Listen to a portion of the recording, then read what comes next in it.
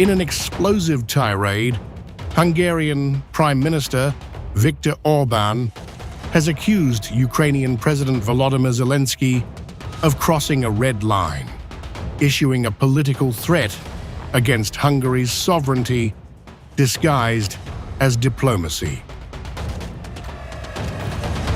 The trigger? A bold statement by Zelensky during an interaction with journalists, where he claimed that 70% of Hungarians support Ukraine's EU membership, directly contradicting Orbán's narrative. By the way, Orbán's opposition organized an open survey for all Hungarians. 70% support Ukraine joining the EU. So the people of Hungary are with us? He controlled that poll. But there's another poll, and it shows 70% in favor of Ukraine. To Orbán, this wasn't just political spin. It was a coordinated provocation, using Hungary's domestic politics to pressure its leadership. He says Zelensky is now actively interfering in Hungary's internal affairs and warning Budapest to obey. The threatened one threatened us. The words that you quoted can only be interpreted as a primary threat in international political life, and the Hungarians cannot be threatened. We cannot accept that. Orbán, visibly angered, said he had avoided direct confrontation with Ukraine until now, but Zelensky's remarks forced his hand. Until recently, I avoided fighting with the president of Ukraine. I stayed away from the backroom pushing and the public swordplay. But this weekend, I broke that habit. I had to speak up.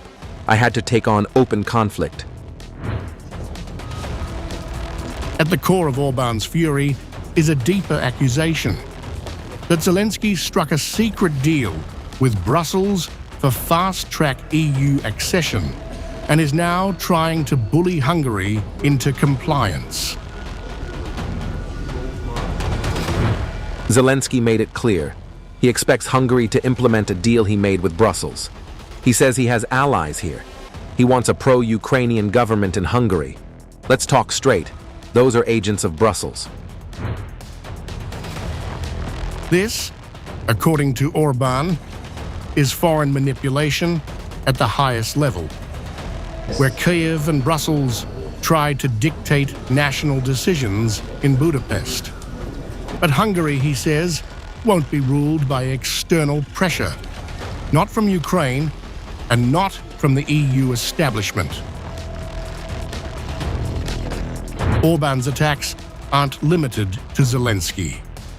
In a blistering social media post, he also tore into European People's Party chief Manfred Weber, calling Ukraine a liability and accusing the EU of bankrolling Kiev at Europe's economic expense.